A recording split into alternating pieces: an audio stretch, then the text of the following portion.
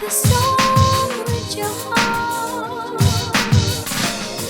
Play the storm with your heart. And one time. What is good, YouTube? This your boy Aaron. It's Brian. And this is the Courtside View podcast, and we are back today. Indubitably. Yes, and a lot has happened recently. NBA, NFL Combine is starting right now. We close to draft season, y'all. Yes, I'm so excited about that as well. 2 more months. NBA has been heating up. A lot of storylines. Kevin Durant has finally returned. He's playing for the Suns. His debut was not too long ago. The other day. Yes, not too long ago. Then we had the games that happened yesterday, which was entertaining as well. I'm disgusted. I'm so disgusted. What happened? I'm confused. The NBA media. What they Media in general. ESPN should be ashamed of themselves.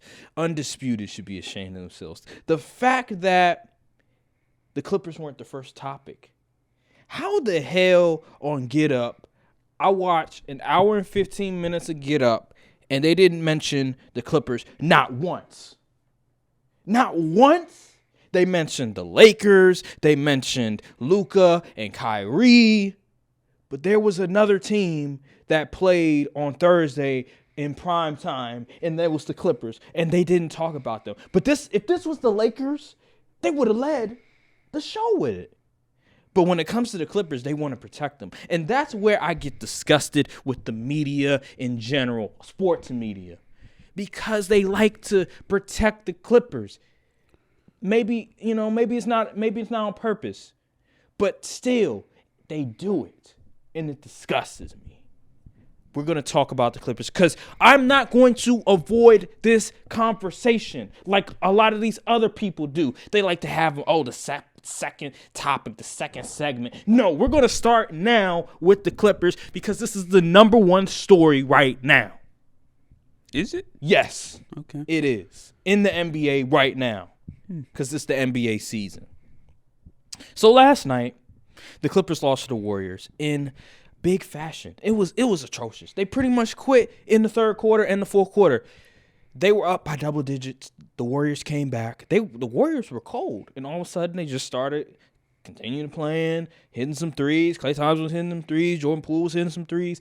The Clippers had Kawhi Leonard, had Paul George, and they lost by double digits. They're 0-4 since they signed Westbrook. And then another thing, they acquired Eric Gordon and Bones Highland. Miss. Each acquisition has missed so far. In history, a lot of the media when they talked about the Clippers, they talked glowingly about their moves. They're saying, oh my God, they got this guy. They traded for this guy. Look how the Clippers are always aggressive, always trying to win now, always making the smart move compared to the other LA team. They always do that. Bring a team up and then tear another team down. Always comparisons. But now they don't make the smart move. They miss 3 straight times with their moves. They don't address the number one problem on their team, which is a floor general point guard that can space the floor. And you don't hear much from the media about it. They don't criticize them as much as they would if this was the Lakers. If this was Kevin Durant on the Brooklyn Nets, if they choked, if they did something wrong. They always protect the Clippers for some reason. And they have they're the Clippers. Nobody really cares. But you hyped them up in 2019 when Kawhi Leonard went to the Clippers, and they also traded for Paul George and said they were going to win the championship. And then the next year they said they're going to win the championship. Then the next year you're going to say they're winning the championship. They didn't say that. And the next year they said they were going to win the championship. They did not say that. So make up your mind. Man, that's a bunch of baloney. They did not say that they was going to win a championship that third year the team. They knew everyone knew they was frauds. That's See, he baloney. making up there. That's baloney. He just That's like the, baloney. Nah, he just like the people They who criticizing always- right now. They nobody had the media best championship always, favorites in 2000. whenever Okay, bro, Kawhi whatever. Leonard was playing, Paul George was playing, they always say the Clippers are the favorites. The Clippers are in the running to win the championship. It's never, oh, nah, they're not going to do it. They're not going to do it this year. They always have expectations that the Clippers, this is going to be their year. Because look at their bench. Look at the depth. Look at the coach. They have a coach. Now what's going on? Now that all the praise, I don't hear much praise anymore. Everybody's quiet. I need more people to condemn the front office of the Clippers, condemn the head coach. They always give Tyronn Lue an out. They always say, look what Tyronn Lue has to deal with. When he's been horrendous when it comes to rotations, when it comes to figuring out who he wants to have in the lineup consistently. He's always still trying to figure out this stuff, but there's no criticism about him. It's always, it's Kawhi Leonard's fault. It's Paul George's fault. And hey, listen, Paul George and Kawhi are at fault too, but let's not give Tyronn Lue an out. That's what I don't like about the Clippers. But you know what? I want to analyze this game because I don't want to get too far out of reach. They're 0-4 since Russell Westbrook signed with this team. But it's not entirely his fault. Except last night. Let me I didn't see the game. Yeah, you probably didn't see the game. So did you hear anything about the game? Oh, yeah. Okay, so like just your reaction to what happened last night. Anything that you know? Ugh. I think the Warriors have won a couple in a row, right? Yeah, they're like 2. 33-30. They're 5th seed right now. Nice. And Steph coming back Sunday. That's Against pretty my interesting. team. Steph, I hate you, bro. But I mean, the Clippers they're gonna Clipper, I guess. I mean, I don't know what they got going on. They're not a complete team. I mean, like, it just seems like even when Kawhi and PG have a good game, they're still liable to lose fairly easily too. It's just, I don't know what's going on. I'm gonna have to start watching more games so I can see with my own eyes and analyze what the heck is happening over there. Because there's no excuse. You should be 0-4 after signing Russell Westbrook, and he's supposed to fill in a certain role that you lacked. No excuse. I told you in my whole sort of monologue, right? I said that Bones Highland, Eric Gordon, I knew Russell everyone Westbrook. knew Bones Highland. That was what, like, he literally, if he's not putting up a lot of shots and not putting up and making a lot of shots, he's a net negative on the floor. He can't play make. His dribbling is He's not setting guys up. All he's did to do is shoot. He's not even 3-and-D. He's sometimes 3. And they traded for him when they need a floor general. And then they traded for an old, out of his prime, Eric Gordon. You gave up Luke Kennard, who's actually a pretty solid player, a nice rotational piece who can shoot the ball from 3. What do you expect? You thought that you can get Russell Westbrook and he would be the person that you need as a floor general when you played the Lakers. You've seen the film. What did he do for the Lakers? He turned the ball over. He wasn't a good shooter. Defenses weren't even guarding him, and they were more so pretty much doubling, helping out on whenever LeBron had the ball, whenever AD had the ball. The spacing was off. Now the same thing is happening. Last game against the Warriors, Draymond, he was literally sagging off of Russell Westbrook like he was Ben Simmons. Didn't even put his hand up. He was like, here, Russ, you can have the entire floor from the three-point line, top of the key, all the way to the free throw line. You can have it. Go ahead. Shoot. He didn't attempt a single shot. Embarrassing. Absolutely egregious. And they thought this was going to work. Paul George thought this was going to work. He was like, I want Russ to win a chip. I want to run it back. Sometimes there's a reason why you left. You have to remember why you left. You have to remember the player that you were playing with. And forget about the person. Remember his play on the court. Because obviously, Russ is a teammate. His teammates have talked glowingly about him. But when it comes to the game of basketball, his play on the court matters the most.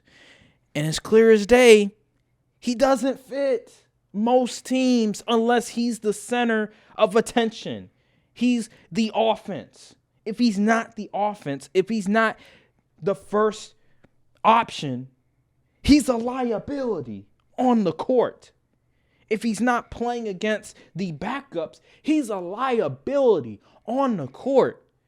Now, am I saying Russ is the reason the Clips are losing? No, because if you watch some of these games, Kawhi Leonard hasn't shown up when it mattered most. Paul George hasn't showed up when it mattered most. They're turning the ball over left and right, and the supporting cast is too much of the same parts. They went older, not younger. That's a problem.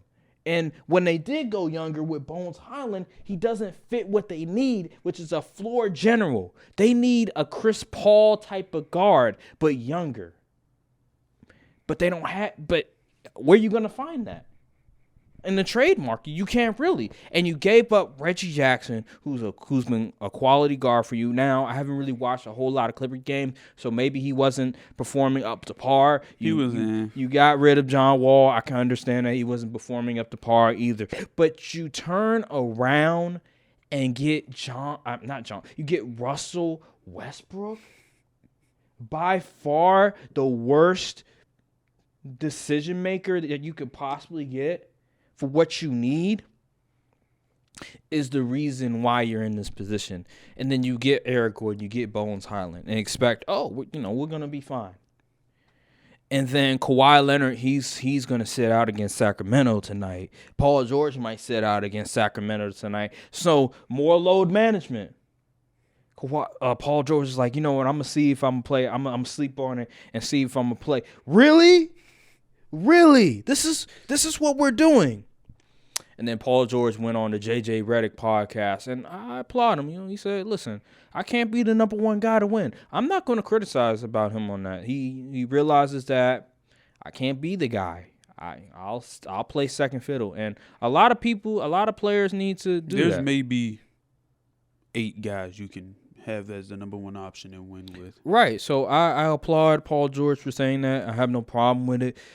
And then he talked about load management, saying we need to have more we don't have any hard practices anymore and stuff like that is the reason why there's more load management. And it's just like, okay, whatever. Play tonight. You say all that, but then all of a sudden you turn around and you're questioning if you're going to play tonight. Play tonight, Paul George. Play tonight.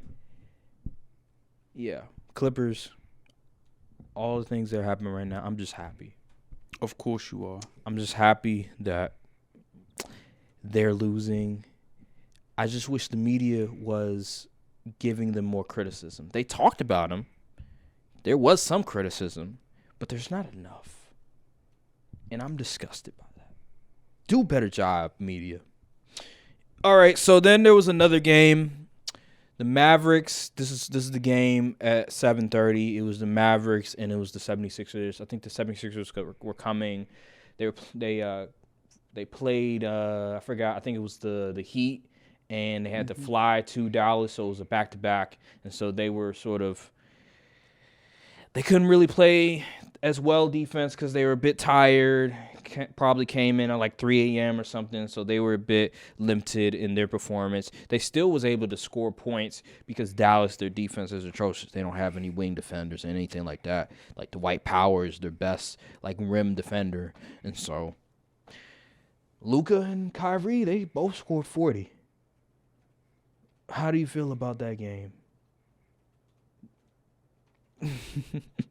Matter of fact, let me do it like this. The Mavericks are 2-4 since they traded for Kyrie. The past 6 games, just how do you feel about just the Kyrie and Luka experiment so far? I mean, it's on, like you said, it's only been 6 games. You know, this stuff takes time. We still got about 20 games left in the season, I think. Mm-hmm. So you know, we gonna have to see it around playoff time. Well, not playoff time, but at least give it a couple more weeks. Really? So you're on that type of vibe? Yeah. You're just like, you know what? I'm gonna wait and see before I give my commentary about it. Oh yeah. Me, on the other hand, it's been a disaster. Late games, there's been confusion between Luka and Kyrie. There hasn't been no cohesion.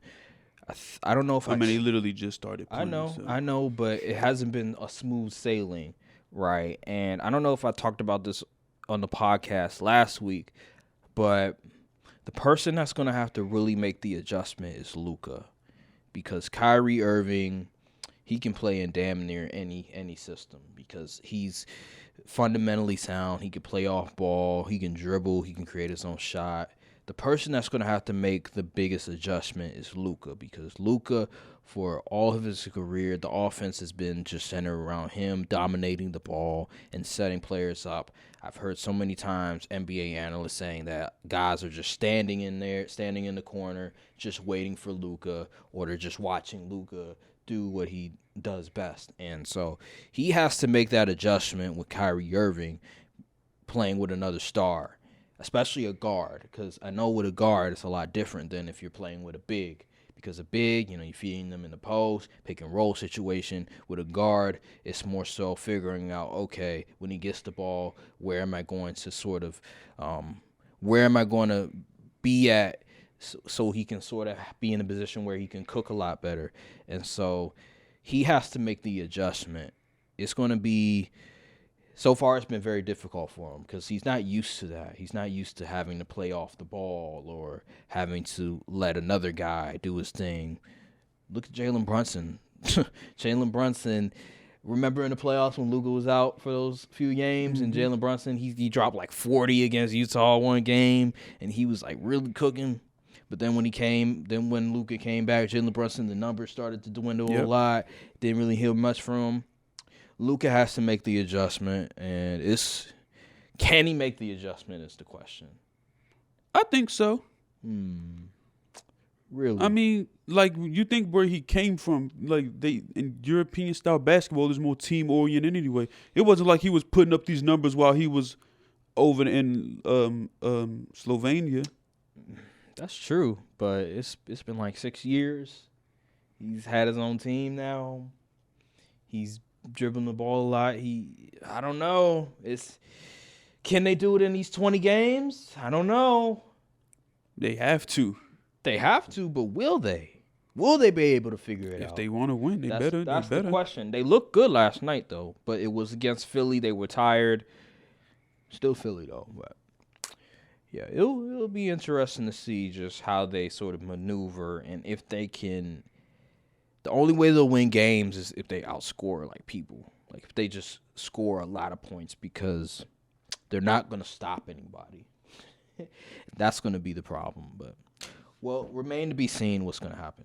All right, so then Kevin Durant made his debut on the Suns the other night, and he dropped 23 points. Obviously, it was efficient. Like, Kevin Durant is always going to be efficient. It's against the Hornets. He doesn't have a 60-point game yet. Well, because he's Mr. Efficiency Man and doesn't want to take a lot of shots.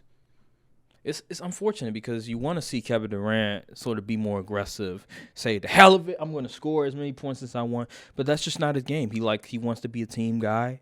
He doesn't want to be a guy that just takes a bunch of shots, try to force shots.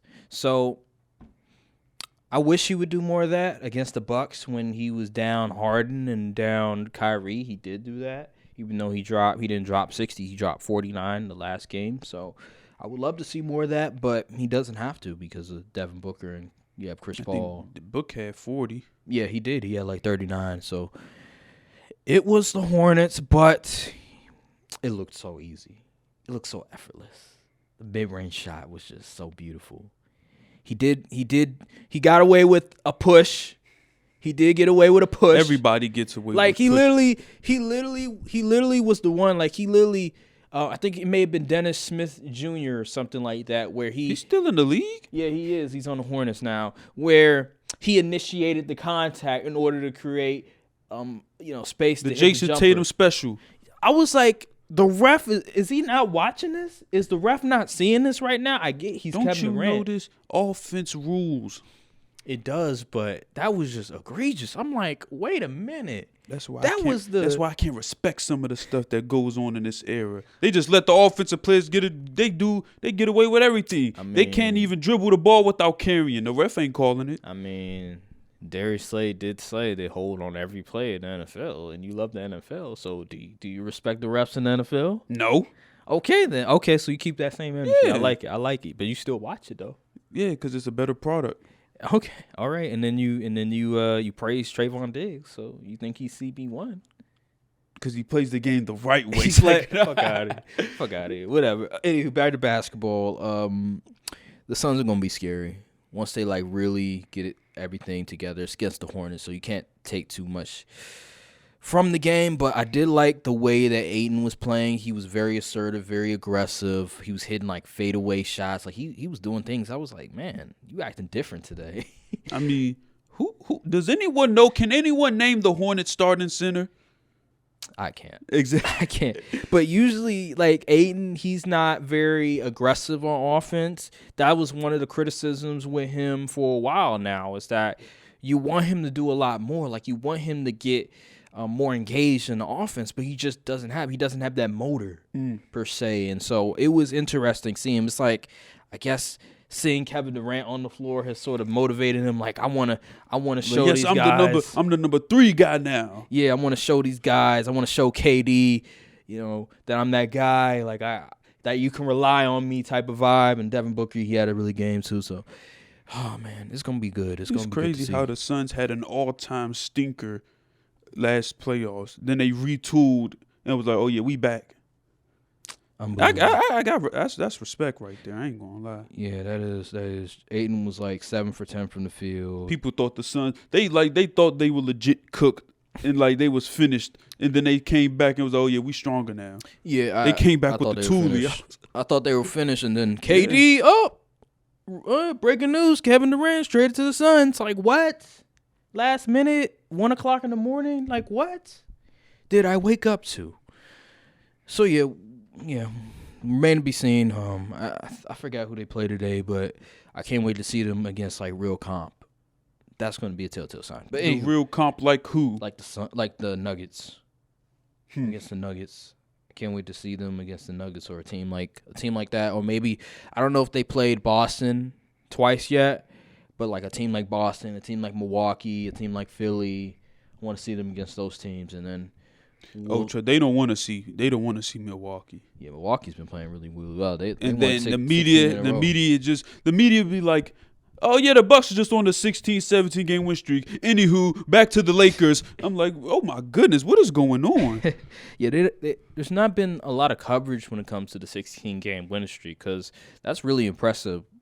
Not many teams are going on like 16-game winning streaks these days, so I think there should be more coverage on it. But I guess when they win like maybe 20 straight. I guess when you win, it's expected, huh? Yeah, when you win, maybe when they go like when they win 20 straight, maybe there'll be more. I think 20 is the record for the Bucks franchise. Oh, I didn't know that. So maybe once they go like on a 20-win streak, then people will start saying, "Oh, maybe we need to start paying attention to this." And so, Giannis MVP odds are climbing because of the win streak. So, hey, Giannis, if they keep winning this, he might. You never know. He might surpass Jokic. Could steal it. I don't want that to happen. Though. I don't want that to happen because I got money on Jokic. I think they're gonna make an exception. Mm-hmm. But speaking of Jokic, something happened this week involving two certain former players, but specifically this former player, NBA player, Kendrick Perkins. So Kendrick Perkins has been on this sort of Joel Embiid is the MVP sort of vibe, right? And he's been arguing that Joel Embiid is the MVP. He's putting up historical numbers. He's keeping his team afloat. When James Harden was out, when Tyrese Maxey was out, Joel Embiid was dominating, keeping his team afloat. And Why isn't he the MVP? And then he brought up Jokic, saying that Jokic is stat padding. Like here's my thing. What is stat padding? Like what is stat padding? How do you define stat padding? And how can you know that he's stat padding? Is there legitimate evidence that he's stat padding? With Russell Westbrook, there was film where I did see a questionable behavior on the court when it comes to rebounding, right? Like he would leave a guy open from three. When Russ was averaging his triple-double that MVP year, I think he had the most uncontested rebounds in the league, and he left his guy open the most. So there was questionable behavior from Russell Westbrook. That's evidence. First of all, how can a center stat pad rebounds? And how do you stat pad assists? I think the assist part is what he's talking about, because he brought up the average. He said at one point Jokic was averaging like 9.5. Then all of a sudden his points went down and he started to dish out more assists. And I'm just That's because he has more help. Like what? What do you mean? Like, newsflash: NBA player passes the ball when he has more talent around him. Who would have thought? So here's the thing. Kendrick Perkins, is he insinuating that Jokic is deliberately passing up shots so he can get assists? Is that what he's trying to say? Because at the end of the day, if you have really good players on your court, if you have guys that you know you can rely on, why not pass them the ball? Why not dish them out assists? And even, let's say he is stat padding. JJ Redick brought up the stat. He said they're like undefeated when he gets a triple-double. And this is like the same. I hate that argument because it's the same thing. Russ. This team is undefeated when they run the ball this many times. I hate that kind of stat. Yeah, and then like Russ, I think his time with OKC and maybe with the Rockets as well, there was like the stat where if Russ gets a triple-double, they barely lose. Yeah, I hate that stat. So yeah, but anywho, they're winning games when he does this. It's not like the team is down and he's just trying to chase stats, right? That's not what's happening. He's scoring, he's assisting, he's rebounding as they're winning. So why would you argue about Embiid being the MVP and then you bring up Jokic and say stat padding? You know what maybe he didn't mean it as a negative, but you know the saying, it's not what you say, it's how you say. The way that the how he said it, it felt like he was trying to down Jokic, right, for what he's doing. It sounded like a negative connotation rather than a positive. Like, because when he was on First Take, he was like, no, I'm not trying to down Jokic for what he was doing.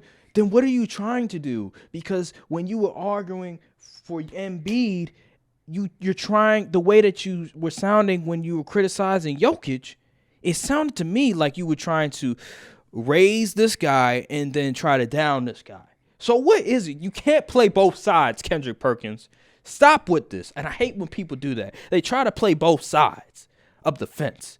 You have to pick a side, like Franklin Sate said to Leon on episode 3. You have to pick a side. If you're going to be here, if you're going to stay in the hood, you have to pick a side. If not, get your ass on the plane and leave. And Kendrick Perkins, you have to pick a side. You can't play both sides of the equation. Anywho, so yeah, do you agree that Jokic is stat padding? No. Yeah. Cause how do you stat pad assist? Like I'm still confused on that. This isn't like my career where you hold the ball to the last 5 seconds of the shot clock and you pass it to your teammate and they make the shot. I will say,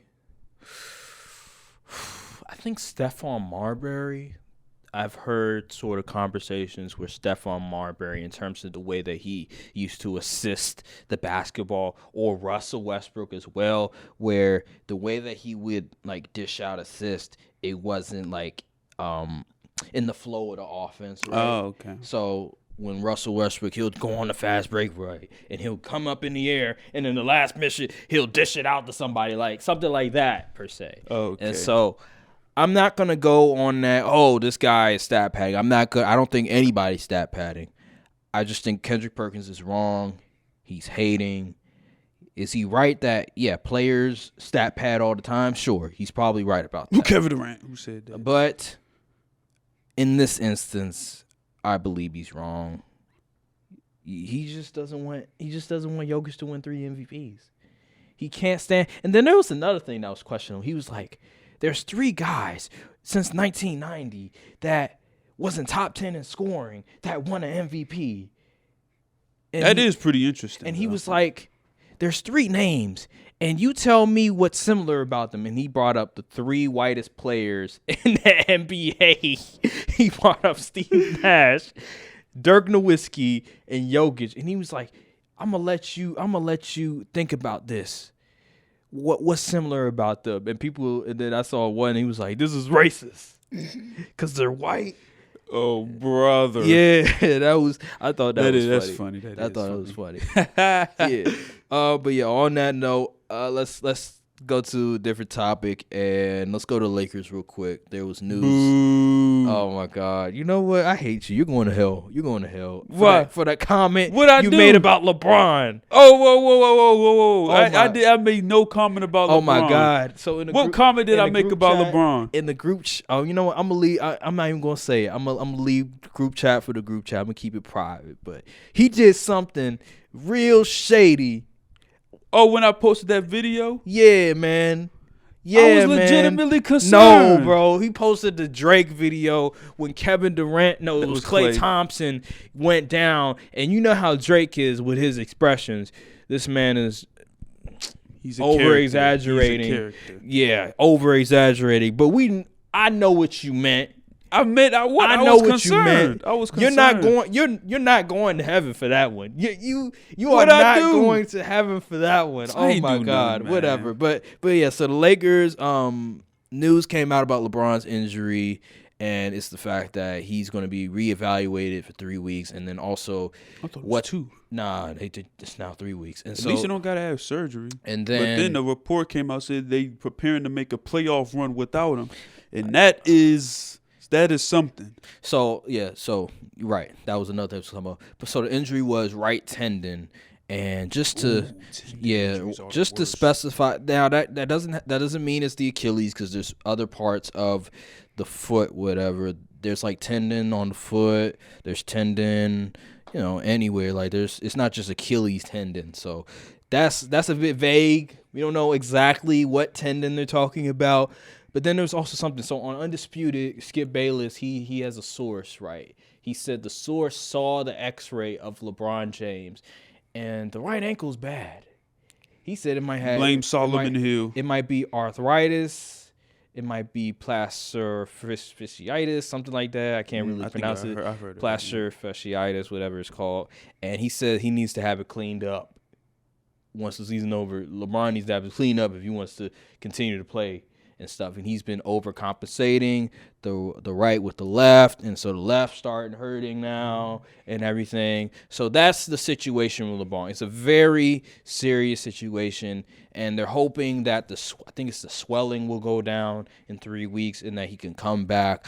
But it's a dire situation, and I'll be surprised if LeBron James comes back. He'll come back.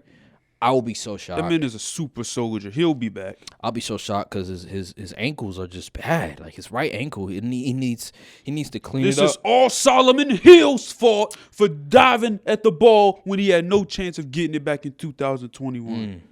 I agree with you on that one, but yeah, I'm just disappointed because I was so excited. I was like, yeah, the Lakers, they about to go on a run. Don't worry, y'all still make the playoffs. They about to go on a run. We got LeBron, we got the new squad. Let me tell you something. I've seen the script, and the script was literally labeled Project Get Lakers into the Playoffs. I literally seen the script. Y'all are going to the playoffs. You said that a lot about the script, and you've been wrong. NFL wise, NBA wise. I was right about the script that first week of the playoffs. First week of the playoffs. Really? You gonna hang your hat on that? Remember when you're like, oh, the Cowboys, they going to the NFC Championship game. What happened? But anyway, that's a different discussion for another day. Yeah, we have any football season. It's the Lakers. So you believe the Lakers season isn't over? No, I mean, yeah. Well, would yeah be the right response? Yeah, I don't believe that the Lakers season is over. Okay. Why? Because Why? I saw the script. Here we go with the script. Be serious, man. You think I'm very serious. Like, I'm joking about the script part, but I do not believe the Lakers season is over. You believe Anthony Davis is he's gonna show Okay, up? when you mean by over, do you mean like not make the play-in period? Yes. Oh, y'all making a play-in. Come on, be serious. No, well, be more specific. Not making the playoffs. I think y'all make the playoffs. Now, you're probably going to get stomped, but you'll make it depending on who you play. I don't believe we're making the playoffs. Okay, whatever. Because I'm not a believer in No Anthony way Davis. that the Lakers don't make the playoffs 2 years in a row. I'm not a believer. I'm not believing. I'm not a believer in Anthony Davis. I'm really not. I just think that he had to sit out the other game. Now, that was because of the medical staff. When D-Lo and AD come back, y'all be fine. No. Y'all got too many. Y'all got all these guys. We literally lost to Portland with the same squad. The Portland. Now, be real. They shot like 50% from three. That was crazy, but some of that is Darvin Ham. Not why. I hate this defensive like. Now, if y'all don't scheme. make the playoffs, it'll be because of Darvin Ham. I hate the defensive scheme where it's like, oh, we're gonna just key in on the number one player and let the other role players just shoot, bruh. Damian Lillard has no other star. Just key in on all the role players and tire Damian Lillard out. Make Damian Lillard beat you. Not one person will beat you. I just hate that defensive game plan. I mean, well, I hate that game plan. That one game when he went off for 70, he pretty much beat him by himself.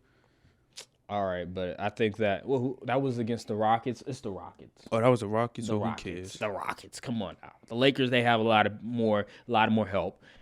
I just hate that game plan. But anywho, the Lakers with Anthony Davis, I just don't think that Anthony Davis can do the same thing he once did when he was on the Pelicans, first year with the Lakers. If this was Anthony Davis, his first year with the Lakers, I would be very confident. I would say they making the playoffs. They might make the 6th seed. But this Anthony Davis right here, not knowing if he's going to play or not, he might get injured. His motor is in question. The other night when they played the Grizzlies, he finished with 28, 19, and like 3 or 4 blocks. But he didn't set the tone in the beginning of the game. He only shot like 2 times, full quarter. He didn't really show up that much. And that's my problem with Anthony Davis. He doesn't have that assassin's mentality where if he's the number one guy and the top dog is out, the king is out, wouldn't it behoove you to send a message, I'm coming here and I'm setting the tone, give me the damn ball and get out the way early and often. And in the fourth quarter as well, give me the damn ball, I'm the best player, get out of the way and we're going to win this game. He doesn't do that at all. It's just, all right, I'm a average, just enough points so it doesn't look like it's my fault. I'm going to make some good defensive plays, but when it comes to the fourth quarter, I'm not going to show up. That's my problem with Anthony Davis. He doesn't have that dog in him. He's not an assassin. He's not a killer. He told y'all he ain't got nothing to prove. And it's showing itself. He's just vibing.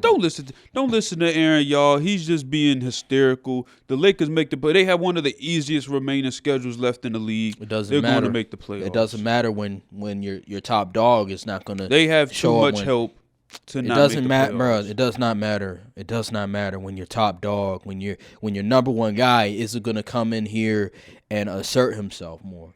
He's just going to, I'm going to put up my 24 and 10, my 3 blocks, but when it comes to the fourth quarter, hey, y'all on your own.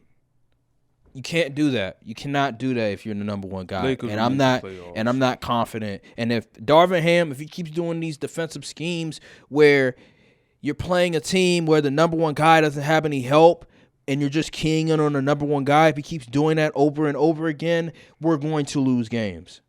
We nearly lost to the Mavericks that way. We got very freaking lucky. The Mavericks Kyrie and Luka are still trying to figure out because we should have lost that game. Y'all really should have. Yeah, so I think the season's over. Now, here's the next thing with the Lakers. I was so disturbed by just the news that AD was going to be out against OKC. I was like, dude, we need to win as many games as possible. It's like 20 games remaining, and you're making him sit out this game, and he's pain-free. He's pretty much healthy. I'm under the sort of notion that the Lakers, after this season, need to trade Anthony Davis. How do you feel about that? Trade him for what? It doesn't matter. I just think that the Lakers, LeBron, he can't have another guy. He can't have another co-star that's unreliable, that you have questions if he's going to play.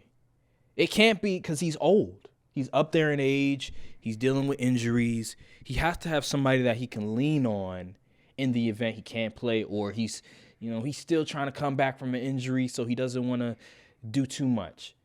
You can't have your co-star also dealing with injuries as well. And I think that it's time for Anthony Davis to be traded after the season. Now,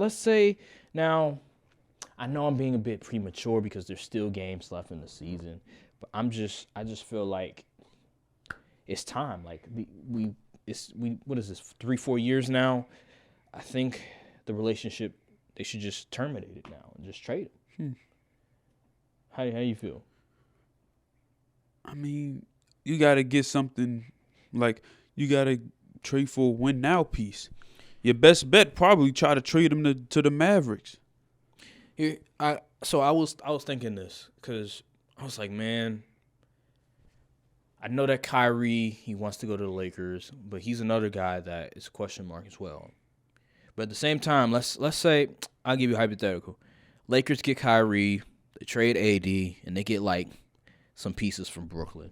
They get like a Mikal Bridges. They get whoa. Why you say? Where the Nets come from? He said, "Where the Nets come from?" Where the Nets come from? I'm giving you a hypothetical. Who let him cook? Where did the Nets come from in this? He added different ingredients into it. Nah, what is going on? So, okay, all right. Well, I'm just giving you a hypothetical. So okay.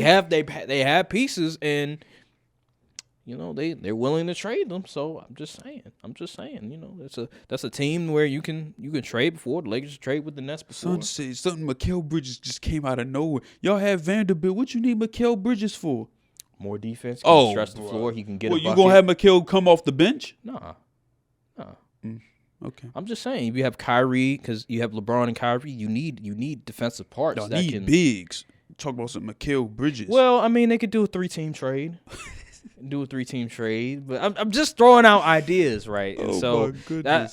I'm saying, like, all right, you sign Kyrie, you have LeBron, and then you might get like a 3-and-D guy, maybe get a big or something like that, maybe get another guy or something in a 3-team deal. I'm just saying, like, there's ideas where you can do to make the team better if you add like maybe a Kyrie or something like that. But you cannot have LeBron and Anthony Davis on the same team as currently constructed. I'm sorry, it just doesn't work. It's you've overstayed your welcome.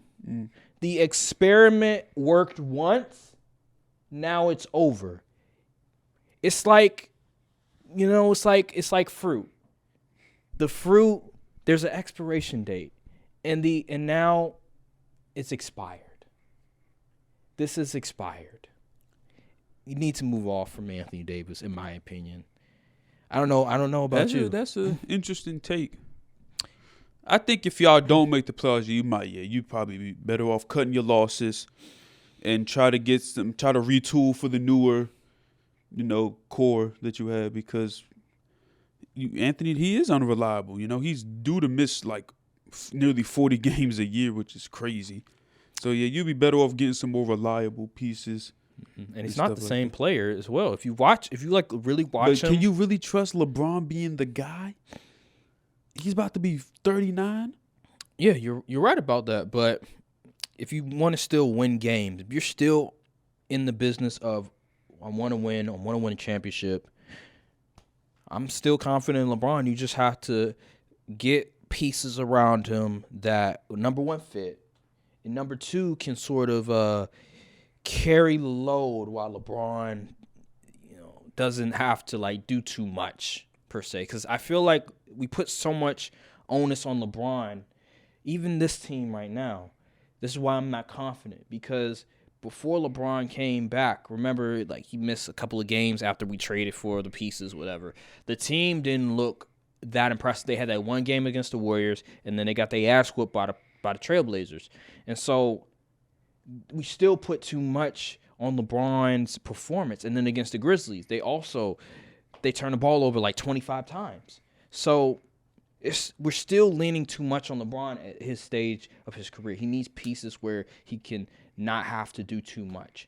And I feel like having Anthony Davis, who's unreliable, still on the court with LeBron is just, it's not the right thing to do. And I think it's time to move on. And that's just my opinion. Okay. All right, so man, where can we go from here? So just a little bit of news. LaMelo Ball is out for the remainder of the season. Unfortunately, I think he broke his ankle or something, fractured his ankle. Unfortunate. Damn you, LeVar Ball, for making them run on them concrete hills. Damn you. Concrete hills? I said concrete. Them damn hills. I mean, football players ran hills and they don't be all messed up. But, man, LeVar Ball had them dudes running them long-ass hills, bruh, and then playing in them AAU tournaments all the time. Damn you, LeVar Ball. Look what you did to your I just sons. think people are more fragile nowadays compared to back in the day. I don't know if it's because of the food or what. You know, there's been sort of this... Because there's no way we have all of this sports science and all this elite training, but everyone's still hurt. There's been this debate, conversation about, okay, why are these players getting hurt? Why are these players getting major injuries? There's been sort of this thing where, it's because of AAU, playing at a young age, True, they do have a lot of age, miles. and that could be a part of it. Another part is just the game, the pace of the game. That's another thing that people talk about. The way that they play. But the pace was higher in like the 80s. Right. So, I don't know, man. There's a lot you could say. But at the end of the day, it's unfortunate. And LeVar, why'd you have to do this to your sons? Why did you have to do this to Love? Did you see the chart that showed like the top 10 highest paid players, and nearly all of them had like 10 games missed on the season already? I didn't see that. Yeah, I'm gonna see if I could find it. That's interesting. Wow. Get rid of the fully guaranteed contract. Get rid of it. Yeah, people agree with that, with what you said last week. I know. too. I saw it in the comments. Yeah, because the owners, they'll have more security, and they'll be more forthright in saying let the player play, like with the NFL. And so, the fully guaranteed contract, please. That scared the crap out of me. But full. No, because the letter slid. Yeah. On it. But we aren't advocating players play like if they seriously hurt they shouldn't play. We're talking about there shouldn't be a player sitting out because their ankle is sore. Or their knee is sore, or their back is sore. Like soreness, you work out. That's what happens when you're sore. We're advocating like load management for that kind of stupid stuff. Not for like, oh yeah, I sprained my ankle, I can't go. Like, okay, that's obviously different. Mm-hmm. But your ankle sore, your shoulder sore. I'm like, come get on the court. Yeah, like they're saying, you guys been playing so many games. You're riding hot. Like, play the game, man. The fans paid to see you guys play. Pay the game. And a lot of that has to do with the medical staff, but some of that has to do with, like, the players can also push back. Like J.J. Redick, I think it was C.J. and Dame, they said that, training staff came to them and said that you guys are riding hot, pick a game to sit out. And they said, you know what? No, I'm going to play this game. So players can also push back. So the players are responsible, but also the medical staff is responsible. And if a lot of these players don't have fully guaranteed contracts, there will be more situations where you won't have medical staff literally coming to these players. I'll say that the medical staff won't be more sort of prone to come to these players and say you're riding hot, because there's not going to be the owner is going to have more security that they feel they have to protect their asset. And so that's why we see all this load management, because the owners are scared and they don't want the players to get injured. Because if I remember correctly, there was a point in time where in the playoffs, major key players were getting injured, like especially the Warriors run. Like remember like 2015, Mike Conley got hurt, somebody else got hurt in the playoffs, and this is like before like load management really took the storm of the NBA. Although the Spurs were sort of implementing it, this was like players are still playing most of the games. 2015, Kevin Love and Kyrie got hurt. So like teams want to avoid that. They want and to. Even next year, 2016, Kawhi got hurt. But that was because Zaza did a dirty play. Yeah, they want to avoid that, and I understand it, but at the same time, having them miss all these games, not playing back-to-backs when there hasn't been as many back-to-backs as it was like ever. So do something, NBA. Do something now. They need to shorten the season, but add revenue and all that. Yeah, they don't want to lose money. And the players, they don't want to lose money as well. So let's go to, let's see, what else? Another guy that's been sort of dealing with legal troubles. I already know what you're about. Ja Morant. We haven't really discussed this that much. Like when he punched that kid at a basketball game. I want to talk about it now, though. So there's been a lot of news involving Ja Morant, not in a positive light. So months ago, he punched this kid in the face. The kid said something to him that he didn't like. So he said, "Should I do it to him?" And then punched him in the face. And then all of a sudden there was something else involving him and his mother. He called him talking about, I think it was the finish line employee was being disrespectful. So he pulled up with 9 people to confront this one man at finish line. I think he was like underage too. I think he was 17. Yeah. Pulled up with 9 people to confront this 17-year-old. Ja, you're getting paid $200 million. You're an NBA megastar. You have a shoe deal, and you're doing this? Why? Why does he want to be tough? Why does he? All right, I get it. Michael B. Jordan. People say, "Oh, he's corny." Like, you trying to not be corny? Like, you don't have to do that. You don't have to do that street stuff, man. You have 2 parents. You have a mother and a father. You got money now. You winning. Yay, we won. Why are you trying to prove that you're tough, man? It's not necessary. And then the whole thing with the Indiana Pacers. Remember that one? Mm-hmm. Where I think allegedly one of his crew members had a gun, like it was a red dot pointed at, I don't know if it was a player or a coach. It might have been one of them. The staff. Ja, come on, man.